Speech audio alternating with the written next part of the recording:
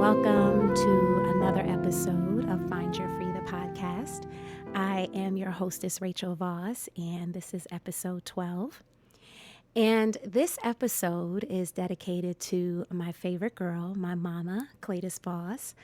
I thought a lot this week about what I would talk about in this podcast. I've shared before that, some weeks I get like this immediate download, like this is what I'm going to talk about. It used to be Fridays or Sundays where I would be recording. Now it's like a Sunday thing. So, some weeks I get like a download, if you would, at the beginning of the week, like, yeah, this is what I'm going to talk about. And I spend the whole week sort of putting the conversation together in my mind, where I want it to go, stuff like that. And then there are some weeks where I'm just like, yeah, I don't know. I'm just gonna see what hits me, when I sit in front of the mic. And so this week was kind of leaning towards that, like, yeah, we'll just see where I am on Sunday. And then I had a conversation with my mom last night that just kind of sat with me. It was nothing about the conversation in particular, but the conversation itself sat with me, and really just my mom and her energy and her spirit and everything just kind of sat with me the whole night. And I was just like, you know what? I am going to make this episode about my mom. And it got me to thinking about this idea that I had a couple years ago. So I'm always, as a creative, in a creative mind, I'm always kind of like just having ideas, 2:00 in the afternoon, 2:00 in the morning, it's just like when the idea comes, it comes, right? And some things I may execute on right away. Some things I write down, some things I put on my vision board. And it is one of my lifelong goals to write a book. And I sort of see this podcast as a platform for that. When I was kind of sketching out before I started doing this podcast, and I was sketching out like what it could be and what it could look like, I was just like, yeah, the podcast is the book, for right now. But there is a book inside of me that I want to write. And I had this idea years ago, whether it's in this one particular book I envision or whether it's another book, but I had the idea of taking different chapters and honoring different women who have had a very significant impact in my life. I am very blessed to have grown up around and come up around and to have been surrounded by the love, the guidance, the blessings, the wisdom of very, very, very strong women. And even outside of just like family or family friends, the therapist who really made a very significant difference in my life in my early 30s, she was a woman. And so my yoga teacher, so just different women who have had the significant impact in my life. And I envisioned this book or chapters within a book being dedicated to these different women. And so in thinking about, or in finally coming to the space of like, yeah, I'm going to talk about my mama today, it got me to thinking about future episodes that I will probably take as chapters in a book, right? And take or hold space rather for just sharing, about a certain woman that's had an impact on my life and what came of that and the insight that I gained, from having their presence in my life. So what better way to sort of start that series, if you would, with my mom. So it's interesting because my parents got divorced relatively early in my life. I was about 5 years old. And then when I was 7, they both met significant others. And so my mom met my stepdad, Aditi, who now rests with the ancestors. And my dad met Terry. And I talk about Terry a lot in these podcasts. It is through Terry that I got my baby brother, Adam, who eventually married Jillian, gave me my soul sister, and my beautiful nephew, Kieran Lou. But it is through Terry's presence in my life that I was first exposed to yoga. And because this podcast and my work and just my life in general, at this place I'm in my life, at this place where I am in my life right now, there's just yoga is the foundation, of everything. And so in talking about yoga or in this space, my stepmom comes up a lot. But I wanted to hold space for my mama. And so I'm very blessed to have these two mother figures in my life, with me being 43 now and Terry coming into my life when I was 7. I mean, she's, been in my life a long, long, long time. So I have two mother figures, and I have very special relationships with each of them. And just to give you insight, a little bit of insight into my mom and into how blessed I am in terms of energy I grew up around. Not so much when I was younger, maybe more like in my 20s, maybe even my 30s, but it wasn't until, Terry was in my life, like, years at this point, where it dawned on me to like ask my mom, like, hey, are you comfortable with how close, Terry and I are? And my mom, she said to me, like, listen, the minute I saw that she loved you and accepted you and treated you as though you were her own, I was okay with that, because that's all I would ever want, is for whoever your father has in his life to love you, as though you were their own child. And so I could never be angry or upset or whatever, with whatever relationship you have with her. Like, I think that's great. And so, it's just really beautiful that, I mean, again, I was 7 years old, so I don't know what happened behind the scenes at the time with adult stuff, but just from my experience and from what I know about all three of my parents, my mom, my dad, and my stepmom, I know that things were handled with grace, or, at least as much grace as possible. So I'm blessed. I'm blessed in that way that I was able to have, and that I do have, a relationship with both of these women in my life. So so I talk about Terry a lot in the yoga space, but I did want to take today's episode to hold space for my mom. And so, my mom, her name is Cletus, and it's probably not a name that you hear often. The only other woman that I know of in the world with that name was my mother's Aunt Cletus, who I actually did not have an opportunity to meet. She passed either before I was born, just when I was born, I think before. But Cletus is not someone that I had the opportunity to meet, but that's where my mother gets her name from. And so my mother is the youngest daughter of Ruby, my grandmother Ruby, my beloved grandmother Ruby, who also rests with the ancestors, and my grandfather Theodore, who I also never met, but who also passed away when my mom was no more than 3 years old. I don't think it was 3 months. I think it was 3 years old. I know it was 3, but it's escaping my mind at the moment, like 3 months, 3 years, but no older than 3. So my mom didn't really have a chance to know her biological dad. And eventually my grandmother Ruby remarried, and that man is the man my mom knew as daddy. And that man, my mom's, daddy, he passed away before I was born. So I came along a little bit later in life. And so a lot of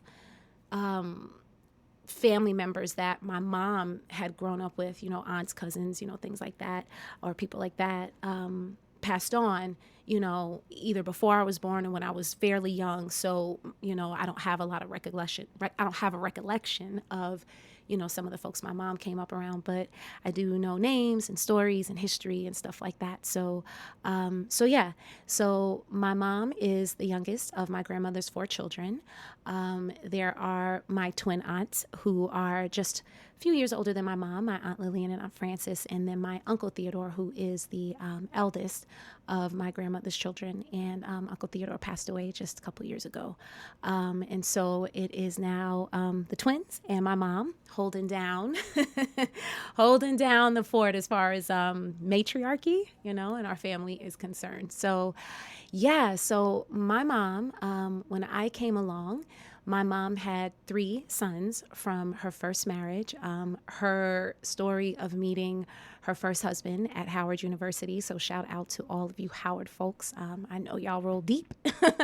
And so, my mom is a graduate of Howard University. She went on scholarship.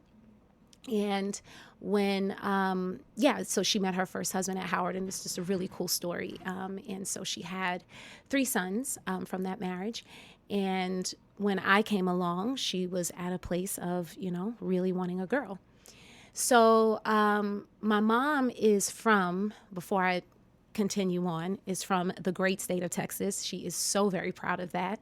I remember, so my mom does not like to fly. And as a result, we drove to Texas every year, which actually is pretty cool.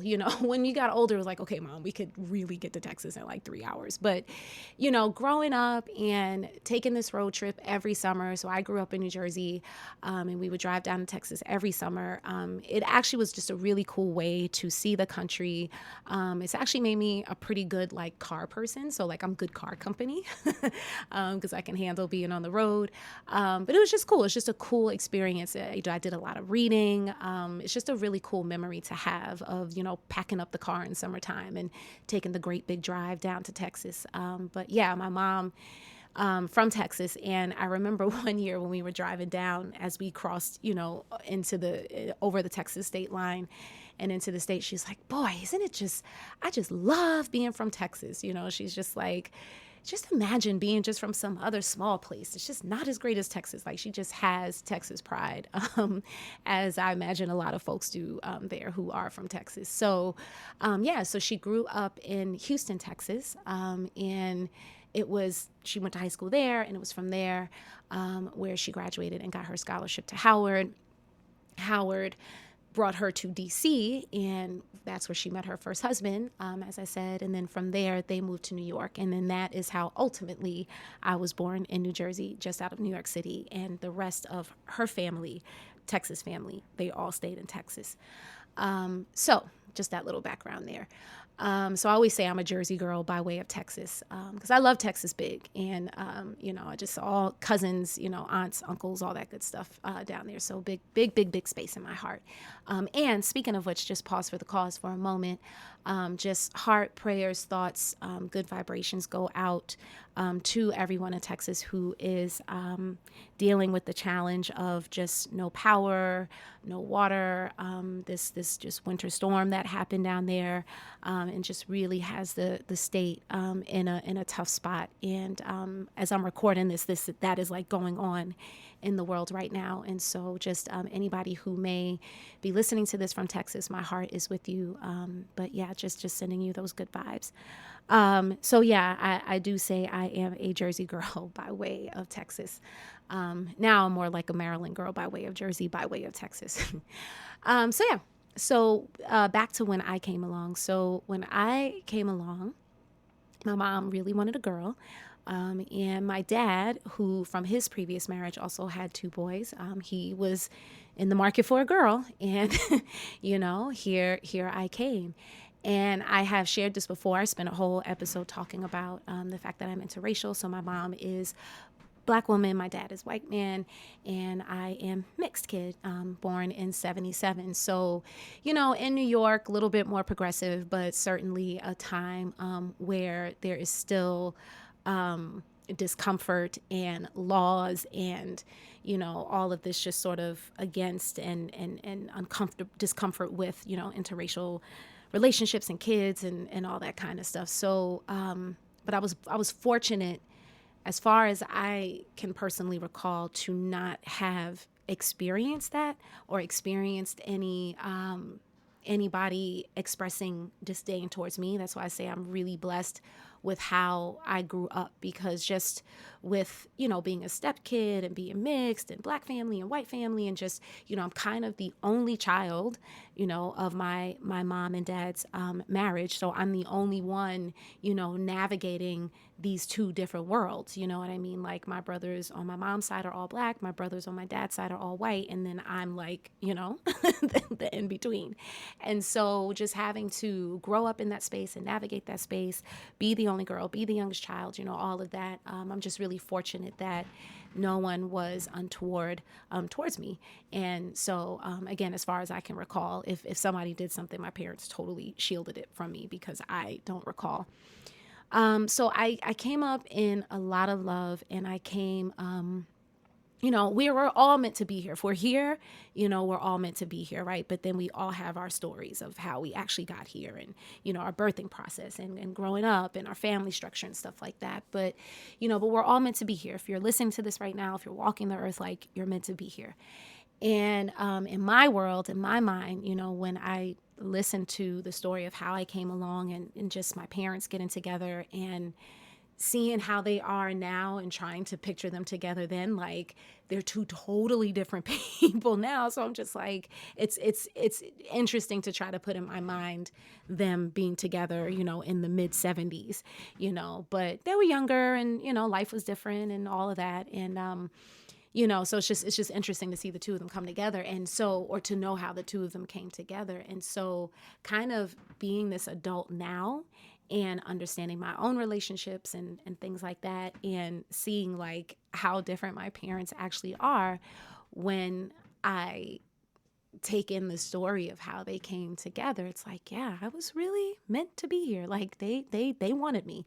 And so I'm blessed to have been loved in that way. Like, yeah, we really wanted you.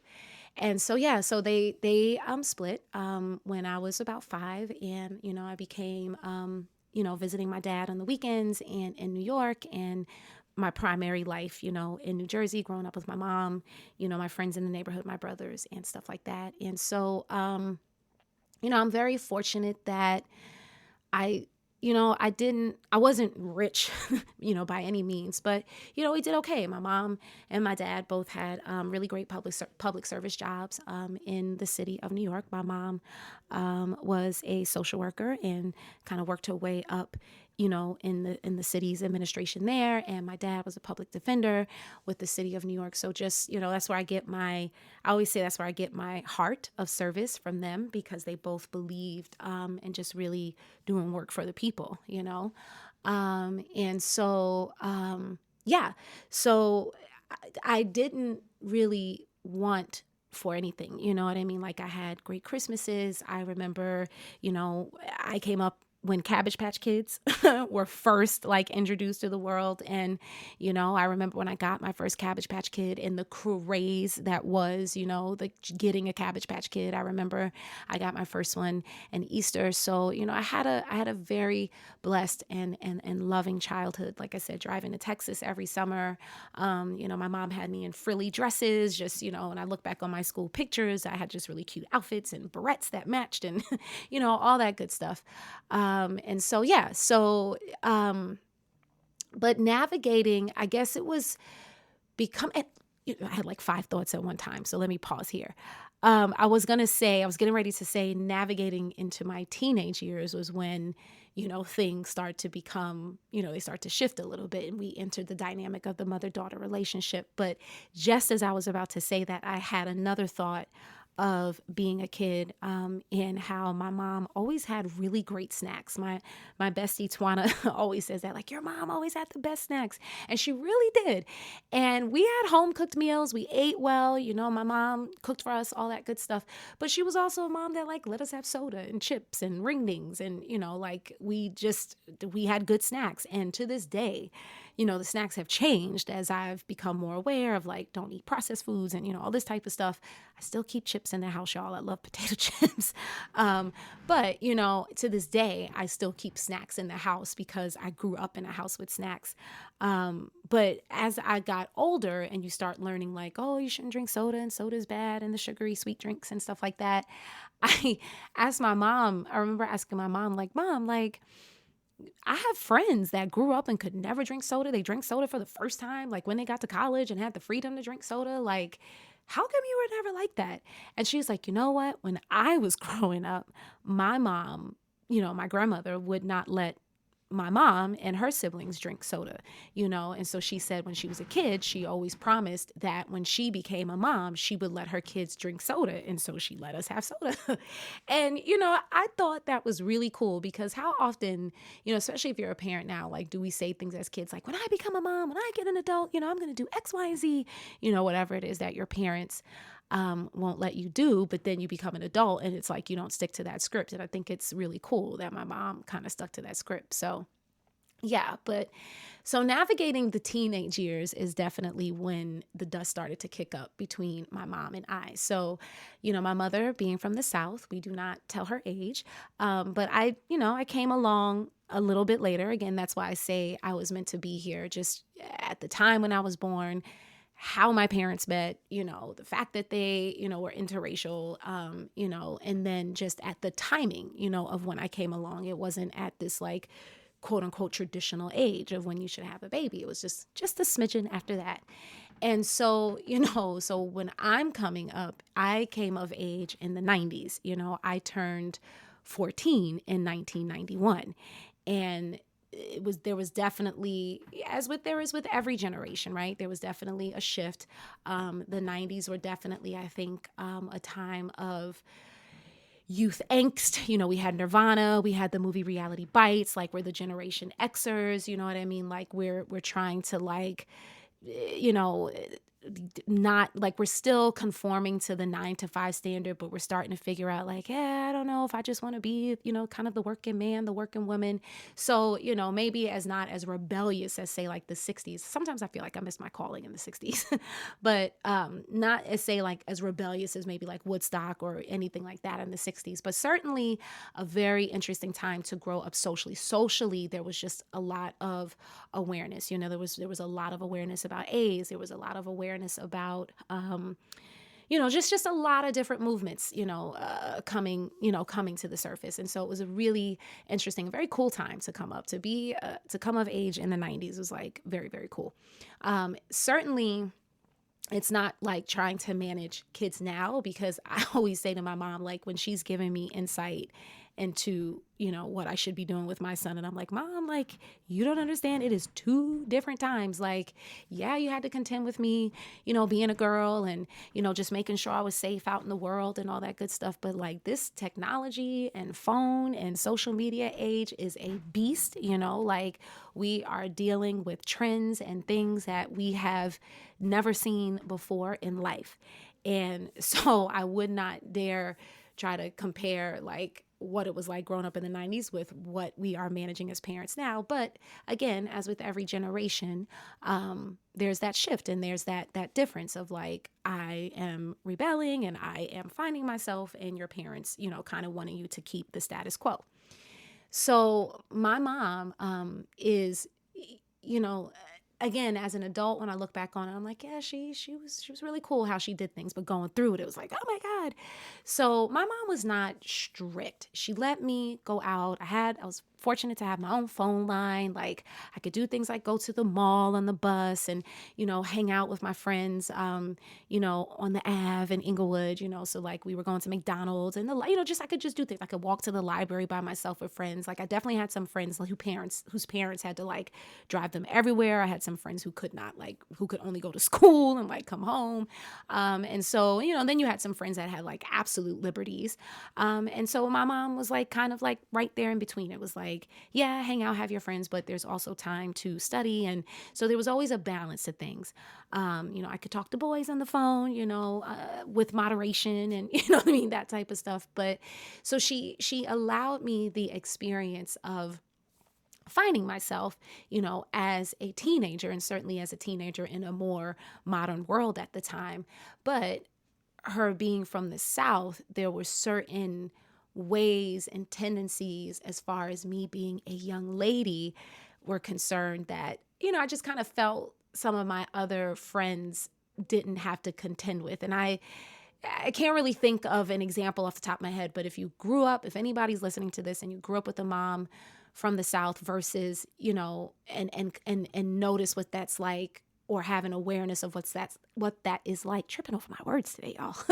But having an awareness of what that's like, with friends, compared to friends who didn't have parents that grew up in the South, like you might understand what I mean by that. And so, but there would just be times where I would say like, Mom, like why, like my friends can do this, they can go to this concert, they can do that. And it's just like, she would always say to me like, it's not time for that yet. Like you don't need to do everything at 15, 16, 17, like everything in due time. And in that space as a teenager, when you want to do all the things, I rebelled against that, or I fought against that. It was just like, oh, just won't let me have any fun. You won't let me have a life. And, but then as I got older, I really appreciated that she took that approach with me, all things in due time, because even now, like in my 40s, I'm still kind of experiencing things in life with like awe and amazement and a little bit of even naivete. And I think it's something, I mean, I'm not pure and perfect by any means, but, a lot of people who know me, and certainly those who are in my close circle, they always say like, oh, Rachel, you still have a certain innocence about you. And I sort of attribute that to my mom having me do things in due time, as opposed to like experiencing everything by the time I'm 16, 17. And then when I'm 21, like I've done it all. And it's like, what is there to look forward to? So I always had stuff to look forward to. And I'm grateful for that. But there was definitely a lot of push and pull, with my mom. And I've mentioned this before, she's Cancer, I'm Scorpio. I didn't understand that at the time, but understanding those dynamics now, two very emotional water signs, two very intense signs, coming together, and then just classic mother-daughter stuff. And so I was a good kid by way of like going to school and doing my work and you know what I mean? That type of stuff. Like I was always a good student. I was tough by way of like my mouth. I was a talker backer, like big time.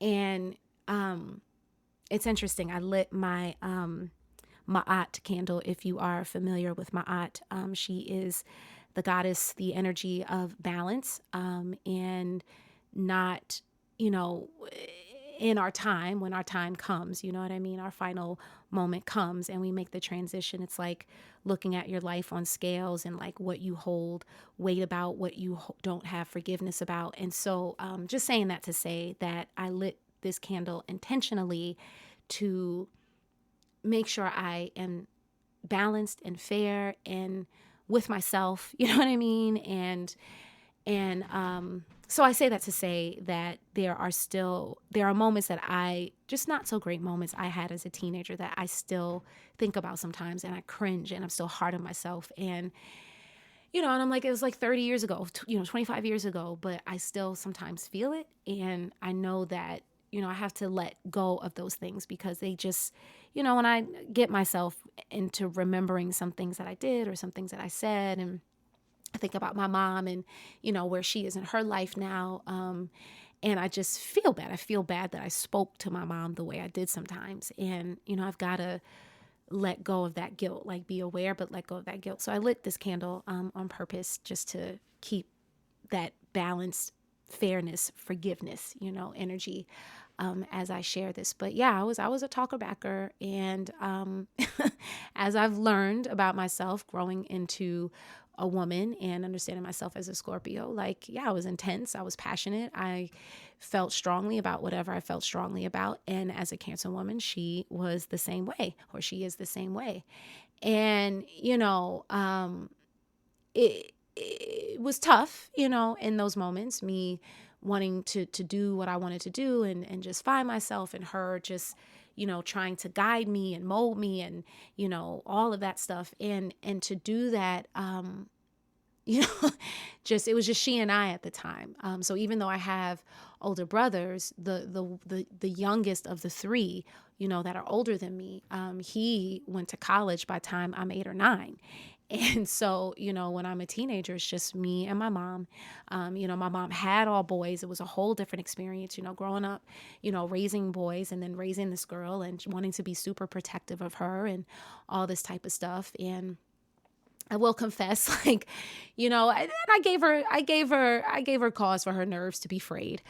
So one of the things that I did, I had this moment, right, where like I wanted to be the cool kid. So I was like in 8th grade, and I had this like moment of just like, yeah, I'm tired of being like doing my work all the time, tired of being called nerd, like, just whatever I was dealing with at the time. And so my mom, I would get home from school at 3. My brother's in college, my parents are divorced. So again, it's just me and my mom. My mom worked in the city and New York City. And so she would sometimes not get home till like 6 or 7. And so I took it upon myself to be the hangout spot. And I would just have like a crew of like my friends, girls and boys, coming to my house, like hanging out, no parents, like in the afternoons. And eventually that caught up with me one day. And my mom came home and she was like, so who was at the house today? And of course I'm like, oh, nobody, such and such just stopped by, totally lied myself into a corner and then got caught in the lie. And I remember my mom like saying to me, like first expressing disappointment and I want to be able to trust you. And now as a parent and at 43, like I'm sure many of us can relate to like when your parents telling you they're disappointed in you, like that hurting you more than like any punishment, anything like that. And so she's just like, I'm disappointed in you. And I remember her saying like, what will the neighbors think that you have like boys come into this house and, just people hanging out, like, and it was, what do the neighbors think? What do the neighbors think? What do the neighbors think? And I was reflecting on that, this morning as I was thinking about like how I would share this discussion. And, I reflected on that and she was absolutely right to say, like, what would the neighbors think? Again, she's raising this young lady and she is, ingraining in me, like, care about your reputation. But as I got older, I realized like there's a flip side to that. Not just with the neighbors. She was right in that by all means. I should not have been doing, that type of stuff, just having people hang out. Again, we weren't doing anything. We were just there and it just didn't look good to have like all these young men and women. Like my place is, the Peach Pit. You know what I mean? If you remember 90210, it was like my house was like the Peach Pit. And so, it's just not cool. It's not a good look at 13, 14 years old, like, certainly unsupervised and all that type of stuff. So she was right about that. But there was other things. And I just always remember her saying to me, what would such and such think? And I realized as I got older, the flip side to that is that, and there were other things, other dynamics in my life too, but that contributed to, a narrative that I carried within myself of always worrying about what other people think and not really allowing myself to be authentic because I was always concerned about what other people would think. Now, again, that's not directly stemming from the fact that I had friends hanging out when I shouldn't have, but it wasn't, again, it was also not the only time that she would say, what would people think? And and I, again, you just start to reflect on things as you get older and realize how things impacted you. I also learned, coming into my 20s and certainly into my 30s that my mom had a lot of expectations for me and she still does to this day. We still have that conversation about that. And it took me a long time to understand that, to understand like, there is a life that once I came into this world, there is a life that she pictured for me. And she did everything within her power to give me that life, to give me the best of everything that she could give me. She's definitely a mom that is like, I want to give you more than what I had. And she had a lot, growing up and certainly growing up at the time that she did, growing up in the South. And so she was fortunate to have, nice home and things like that. And so she gave me what she could. And, that instilled in me as a kid. I remember like, I want to make sure my kids grow up in a 4-bedroom house and a backyard and stuff. And frankly, right now I live in a townhouse. And it's not the single family house that I always pictured for myself and that I still envision for myself and that I am working towards. And sometimes I'm hard on myself about that. I'm hard on myself that, my kid doesn't have the same kind of house that I had growing up, like really hard on myself. And I realized some of that is just my stuff of like, I had this whole, lifelong goal and then you don't meet that goal or you haven't met that goal yet and how you can kind of turn yourself in that way. And then some of it is just the narrative or the, what my mom instilled in me as far as like, I gave you this and this is what I want you to be able to give your kids. So throughout, as I'm coming into womanhood again in my 20s and my 30s, just sort of figuring myself out.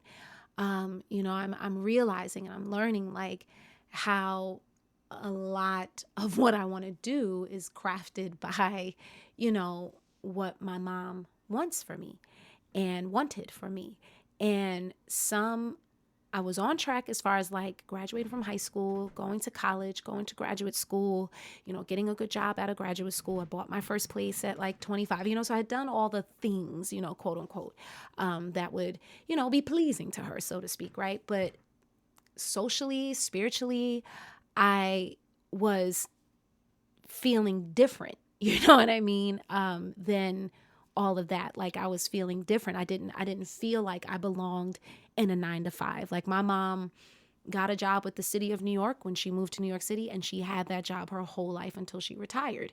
You know, my dad, once he became a public defender with the city of New York, he kept that job until he retired. He had one moment of going into private law, decided that wasn't for him, and went right back to being a public defender. You know, here I am like, you know, I don't know if I'm about that life. You know what I mean? It's comfortable, it's nice, and it was what I had worked towards. But then there was a point as I was finding myself just creatively and everything that I was just like, it doesn't feel authentic to me. And, you know, it would be in those spaces again where my mom and I would like bump heads or not see eye to eye, or I would just feel like, oh, like you're just trying to control like everything and, you know, all this stuff. And even in my 20s and 30s, I can admit I wasn't as mouthy and as hot-headed, I would say, as I was as a teenager, but it was easy for me to slip into a space of snapping, you know, at my mom or just being really impatient with her. Because as many daughters know, you know, moms can get under your skin and into that just place within you that no other person on earth can. You know what I mean? It's like she's your best friend, and then she can also just be like, yeah, you know, get right in that spot. And so there would be moments where I would feel like she was being critical, or I would feel like she was, you know, kind of raining on my parade. And it was just like, you're not letting me be me. And, you know, I just wish you would just kind of let me find my way. And what's really interesting is that, I don't know, my mom is just this like, she's so beautifully complex, right? Because it's like she definitely had a vision, a path, a plan, you know, that she had for me, that she put me on, right? And when I would start to question things or just kind of do things that were just out of the box for her, you know, again, that's where we would kind of have some brush ups, some dust ups of she's trying to understand me, I'm trying to understand myself and make her understand me. But then she also ingrained in me this fire, you know, like work hard. Like I got my first job, I could get working papers at 14, but then there was like a program that allowed middle school students to have a summer job at 13. And so I had like my first summer job at 13.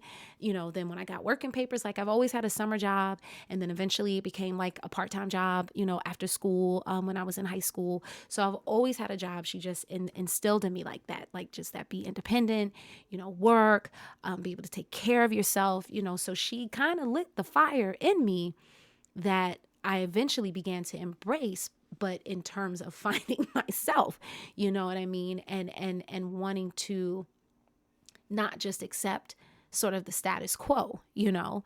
And in some ways, you know, what my mom wanted for me, you know, was the status quo. It was just like she wanted me to have what she had and then some, you know, a safe job, a great job, you know, a nice home, you know what I mean? Like being able to provide, you know, access to good education, decent education for my kids, you know, all that type of stuff. And me quitting my, you know, 9 to 5 job at 37 to pursue yoga teaching full time definitely was, you know, not in the plans that she had for me. And I have shared in a previous episode that, you know, when I was first figuring out my way in this yoga teaching business and certainly becoming an entrepreneur, there were moments where I would feel, you know, kind of sad or hurt by feeling like my mom didn't support me, you know, because she would just ask me all of these questions and I didn't have all the answers. And I would get really frustrated with that. And instead of just saying, hey, mom, you know what, I don't have the answers, I'm just trying to figure it out, I would just get frustrated. I would get impatient. You know, we'd have these arguments, you know, stuff like that. And, you know, I would feel like, man, she doesn't support me. Meanwhile, you know, I had one brother who was totally about the entrepreneur life, another brother who was totally pursuing, his creative, passions and pursuits and stuff like that. And so it was just kind of like, why do you support them but not me? And, all this type of stuff. And so I felt that way. But, I also noticed eventually she would start calling me and asking me about yoga poses. She would ask me to show her something when I would come visit. So, eventually she started to warm up. And again, getting older, and my son is now a teenager, so I'm starting to get, the playing field for me is starting to shift as far as now having my own child with his own thoughts and opinions and stuff like that. So I can understand a little bit more that it's different. You know what I mean? Like, I was finding my way outside of the box and it was freaking her out, but I just wanted her to just understand and embrace it. It was like, I don't get it, mom. Like, you should just embrace it, and that's where some of that impatience came from. And maybe some of it was rightfully so, to be impatient, like, just let your kid have the freedom to figure things out. But overall, I wanted her to just get on board with what I was doing and understand it. And what I was doing, it wasn't even like I wanted to build a yoga studio and she could say, okay, she left her job, she's going to open a yoga studio, she's going to have this brick and mortar place. It was like, I just going to teach. I don't want to own a studio. I want to lead retreats. I don't like, you know what I mean? I want to be completely like kind of in control of how I'm doing this. I just don't know what I'm doing yet. And that certainly is scary for a parent because she just wants to make sure I'm safe. And I have my son, and my son is her heart, and so she's just wanting to make sure we're safe. But I was resisting the fact that I felt like she wasn't understanding me, and I was trying to force on her, like, you've just got to get on board. And now when we have these discussions, sometimes she asks questions that, kind of like it gives me that under my skin feeling. But, I take the deep breath and I try to walk her through it. And then sometimes I just get to a place where I'm just like, Mom, some of what I'm building, I'm still figuring it out. And as I learn, I will explain it to you. But you know what?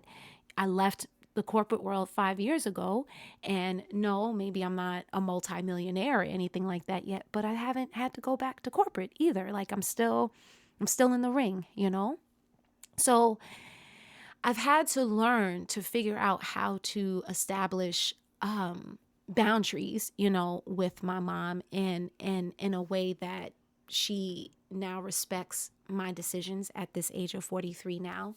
But I've also had to learn patience. I've also had to learn just not thinking she's always attacking me and not thinking that she's always trying to criticize me. Again, she can be tough in her ways. She does have her expectations for me.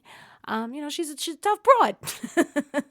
You know what I mean? And, my two aunties, they're tough too. I just came from some strong women, and I am really kind of carrying on that tradition, and I'm proud of that strength. I've learned how to, not just kind of just always be strong when there's times to be soft or times to be vulnerable or times to step back. There was a time where I would just like be who I was. It was just like, deal with it. And now it's like, okay, no, I have a mate, you know what I mean? And you have to kind of find the balance in that. But I'm proud to be, from the same stock that my mom and my grandmother, my aunts, and the women that I know of in my family, my Aunt Cletus, like the stories that I've heard, I'm proud to be of that stock, to come from that.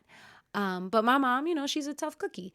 And, and so I am thankful for the practice of yoga, which again, it's a really beautiful alignment because Terry is the original person, the person who originally introduced yoga to me. And it's through my picking up that practice that I've learned about regulating your emotions, not giving into the heat, of anger, and trying to put yourself in someone else's shoes and saying like, okay, where are they coming from with this, And so as I've gotten older and as I've really, as yoga has become really more of a way of life for me. Again, I'm not perfect. I still have moments where I fly off the handle. I'm still a Scorpio woman from New Jersey, you know?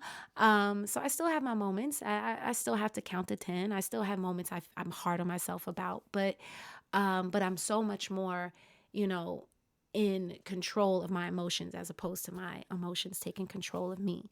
And it's through this practice that I've learned to have more patience and have more compassion and have more understanding with my mom. And I'm really grateful for that, because that we're now at that place now where, I am the age when, you know what I mean? Like my mother was raising me. And it's a really interesting place when you reach that place in your life, right? Like when you reach that place of like, dang, I am my mother now, and now my mother is in the winter of her life. And it's an interesting dynamic, because you see the shift in your parents. I talked about how my dad had a stroke, and even though he's still physically okay, like things have shifted, and things have shifted. And so you see the shift as a result of the stroke. You see the shift as a result of aging. You just start to see the change. And this place of 40 is weird. It's like we're not 50 yet, but you kind of feel like you're at this halfway mark in your life. You still feel young, but you're not 20. So you're not going to make decisions you made at 20, but you don't feel like whatever you thought 50 felt like, right? But then it's moving into the space where you're taking care of both your parents and your children. And that's I'm not physically taking care of my parents, and the quarantine prevents that. I was thinking about that earlier today, like, dang, I really have not hugged my mom in over a year. And I know so many of us haven't. And we've been so blessed that we do these Zoom calls. My mom, my brothers, my nieces, all of us, we do these family Zoom calls every Sunday. So I see my mom. And so in that way, I feel like we're still connected. But when I stop and pause, I'm like, shit, like I really have not hugged my mother in like a year. And that made me, kind of tear up today. Like, I miss my mom. Like I want to hug my mom. Geez, I was going somewhere with that and then just kind of got caught up in the thought of quarantine. How I wish I could rewind this and recall where I was going just a minute ago. But anyway, the aging and the shifting. So I'm not physically able to take care of them right now, but, mentally being in that space, mentally preparing myself, emotionally, not flying off the handle, not getting upset, not being patient, you know what I mean? Because now we are not being impatient, because now we're at this space where it's just like, they're getting older, and it just requires more patience. It requires more compassion. It requires, more understanding. And it just requires, that shift within yourself. And, when I reflect on some of the angst that I can sometimes still feel with my mom, and here's where I'm going to get probably a little bit emotional. It's because when I dig deep into it, some of it is just she's my mom and she can still get under my skin. And yet at the same time, I run to her for her opinion on everything. And then she drives me crazy when she gives it to me.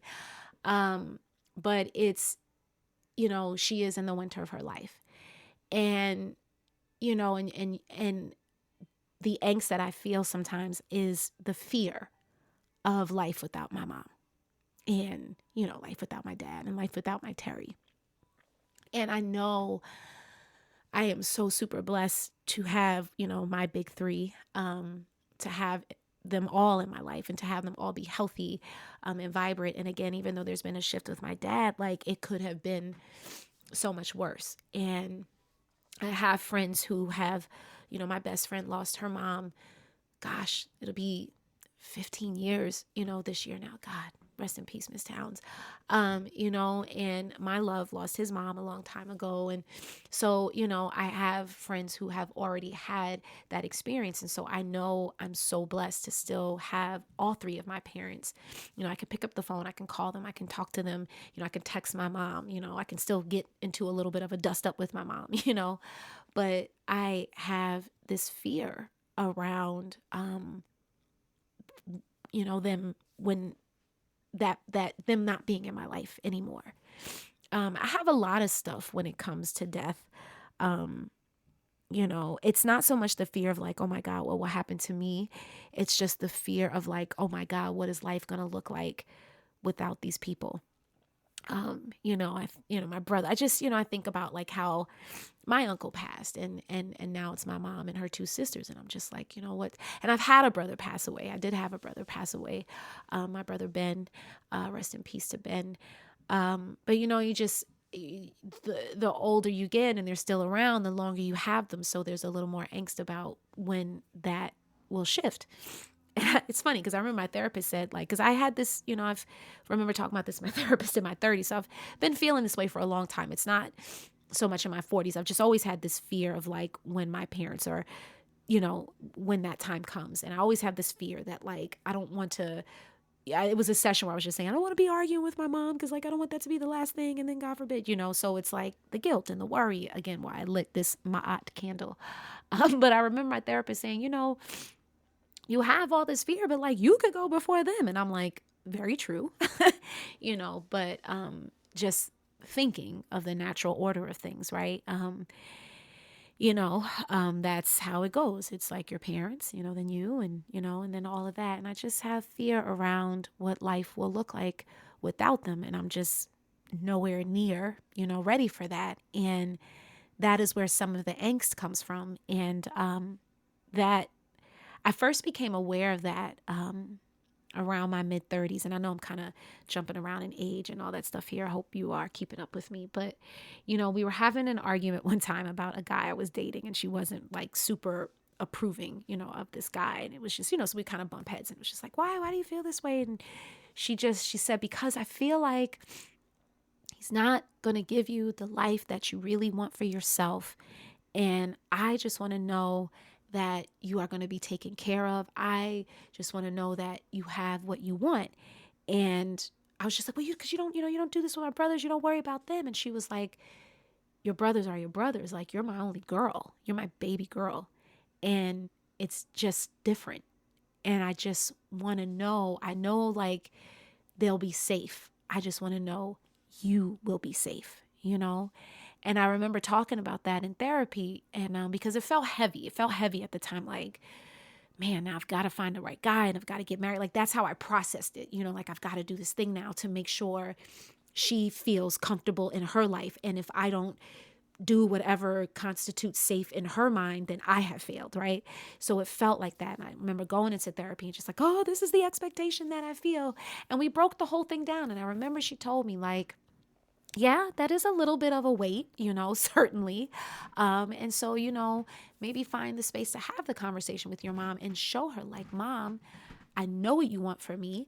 I honor that, but I'm doing good by myself. Like, I'm able to take care of myself. I was still working my full-time job at the time, but I'm able to take care of myself. Like, I'm okay, but we also had to get into what that made me feel and what that kicked up for me. And then ultimately, what it made me realize is, yeah, my mom has expectations. Yeah, my mom can be a little critical, but my mom is also a woman who had hopes and dreams and desires and passions and songs of her own heart. And I, as her daughter, was one of those dreams, right? So I started off by saying she really, really wanted a little girl when I came along. And I was a desire of her heart.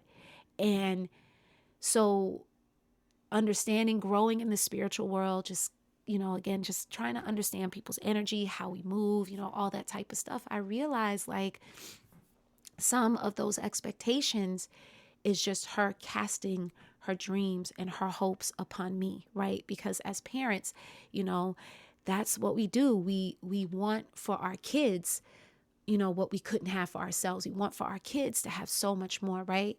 There is a poem by Khalil Gibran. It's a collection of poems. Oh God, The Prophet. And again, my mother in all her infinite wisdom first introduced me to that book when my nephew was murdered. When I was 17, he had just turned 18. I was going on 18. And that full story will come down the line. But when we had his funeral, my mom, when we were planning his funeral, my mom said, I think that you should read this poem like at his funeral. And I just was like, I can't do it. Like it was, this was the first time like I was experiencing the death of somebody like my age. And this happened 2 weeks after my stepdad had passed away, Dee, who I also mentioned at the beginning of this. So Aditi had just passed. Aditi's passing was like my first real experience with death. And then my nephew Demir passed 2 weeks later. And so it was just raw and new and, very much like what the fuck is happening. This was also like weeks before I was about to start college. So this was the summer of 95. And so she said, I think you should read this. And I just was kind of like, no, I resisted it. And then eventually I was like, okay, I'll do this.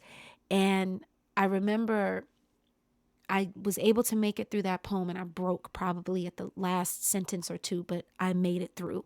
And looking back, I'm grateful that my mom had me do that, because it was my first memory and moment of understanding, like pushing through the tough times, finding that space within yourself when the world feels like it's falling apart, and still finding the resolve to carry on.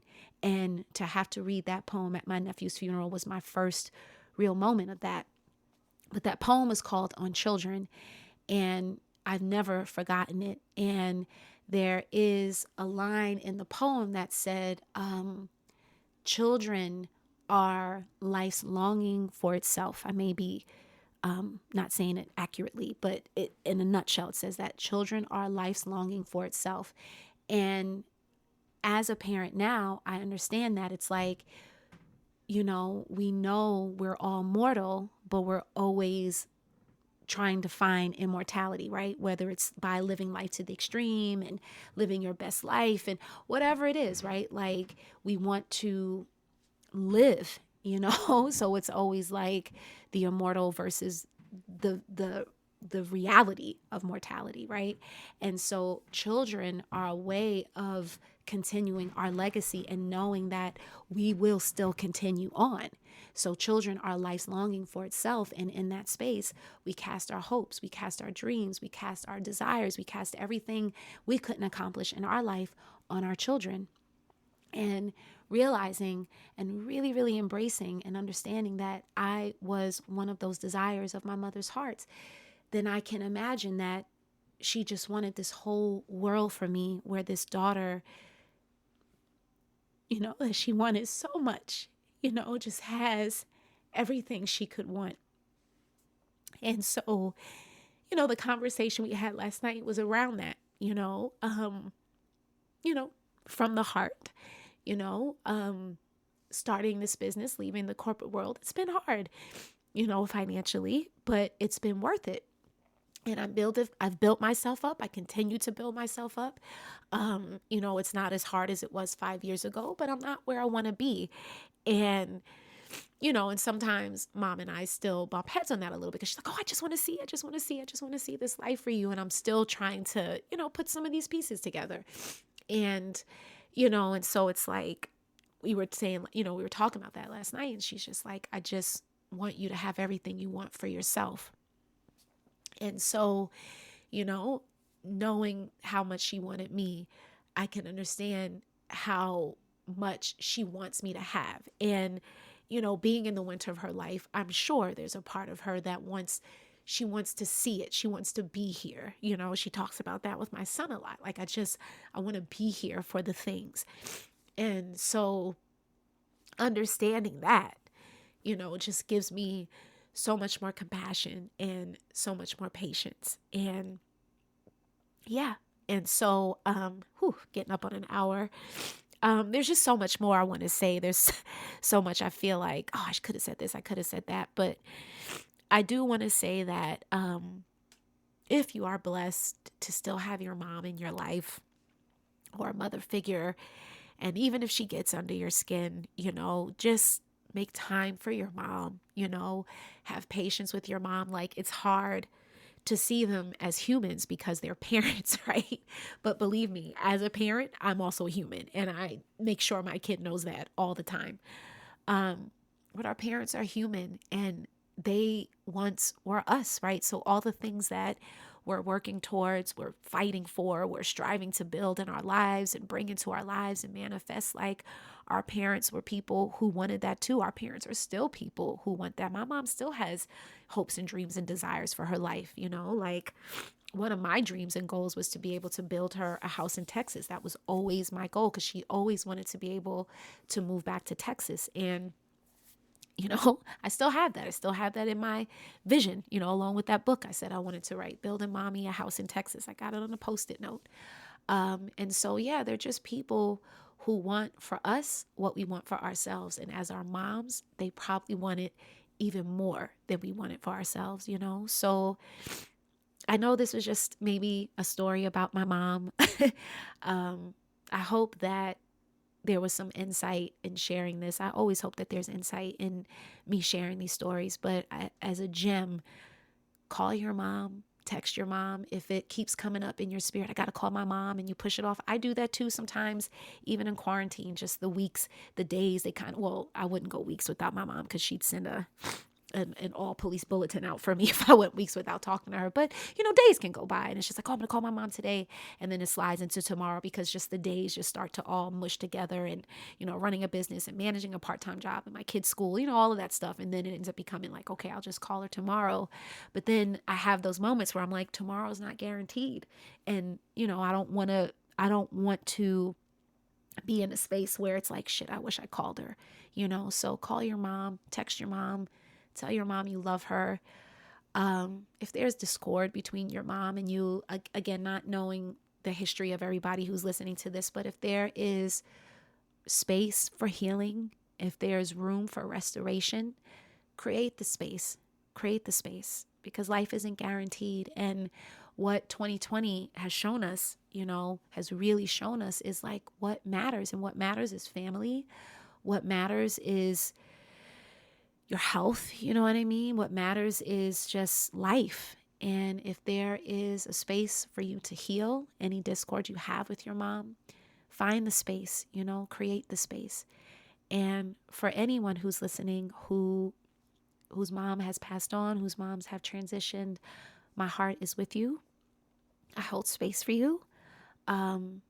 And I see you, I may not see you physically. I may not, again, know everybody who's listening, but I see you, and I hold space for you there. So I wanted to end this episode today a little bit differently than I usually end it. I usually end it by reading a passage from a book, but I wanted to read the lyrics of a song that my mother dedicated to me many years ago, and it is a country song that Miss Gladys Knight, which is a beautiful song, is a country song, but then Miss Gladys Knight did her thing with it, and that version is my absolute favorite version of the song. And I never can listen to it without getting a tear in my eye because it just always makes me think of my mom, and Gladys Knight's just passion with singing the song is so beautiful. And so, yeah, I wanted to end today or close it out with reading the lyrics for the song. And I hope that these are lyrics that you'll take to heart and think about for your own life. So wherever you are, settling in, if you're in a chair, resting feet on the floor, if you're sitting, on the ground, on the couch, anything like that, just finding a tall spine, sitting nice and comfortably, soft shoulders. And let's just take a deep breath in. Exhale out. And I'm not going to read the title of the song because once I start to read the lyrics, those who know the song will know the song. And, the title comes out in the lyrics. So here we go. I hope you never lose your sense of wonder. You get your fill to eat, but always keep that hunger. May you never take one single breath for granted. God forbid love ever leave you empty-handed. I hope you still feel small when you stand beside the ocean. Whenever one door closes, I hope one more opens. Promise me that you'll give faith a fighting chance. And when you get the choice to sit it out or dance, I hope you dance. I hope you never fear those mountains in the distance. Never settle for the path of least resistance. Living might mean taking chances, but they're worth taking. Loving might be a mistake, but it's worth making. Don't let some hell-bent heart leave you bitter. When you come close to selling out, reconsider. Give the heavens above more than just a passing glance. And when you get the choice to sit it out or dance, I hope you dance. I hope you still feel small when you stand beside the ocean. Whenever one door closes, I hope one more opens. Promise me that you'll give faith a fighting chance. And when you get the choice to sit it out or dance, I hope you dance. I wish I could sing, y'all, because I would have sang that whole thing. I love, love, love that song. I hope you dance. My mother shared that with me many, many, many years ago. And I discovered the Gladys Knight version right around the time when I finished my teacher training program in 2013. And I remember as part of my practical, the class that I had to teach to get my certification, I played that song as part of my playlist, and I just wanted to have my mom's spirit with me. And Gladys Knight's version, the country version, Leanne Womack, I think, is her name. So either version of the song is beautiful, but that's her song for me. And every time I hear it, I tear up. So, but I think that's a beautiful note to end it on, loves. I hope you dance. When you get the choice to sit it out or dance, I hope you dance. Even if your heart's been broken, even if life has been tough, even if you've been kicked around a little bit, I've been there, sometimes I'm still there. But, if we're breathing, if we're blessed with the opportunity to see another day, if we get the choice to sit or you get the choice to dance, just dance and, call your mom, tell her you love her. All right, lovelies. Well, thank you for letting me share. This was definitely straight from the heart, straight from the head. Again, I put some thought into it, but I knew that the words would come. And definitely as I listen back on this later down the line, I'll be like, oh, I should have said this, I should have said that. But, at the same time, I said exactly what I was meant to say. And I hope that this episode resonates. So with that, we will end as we always do by saying, may you be happy, may you be free, may you be peaceful, easeful, useful, and joyful. The light in me honors the light in each of you. Thank you for joining, and I'll see you next week.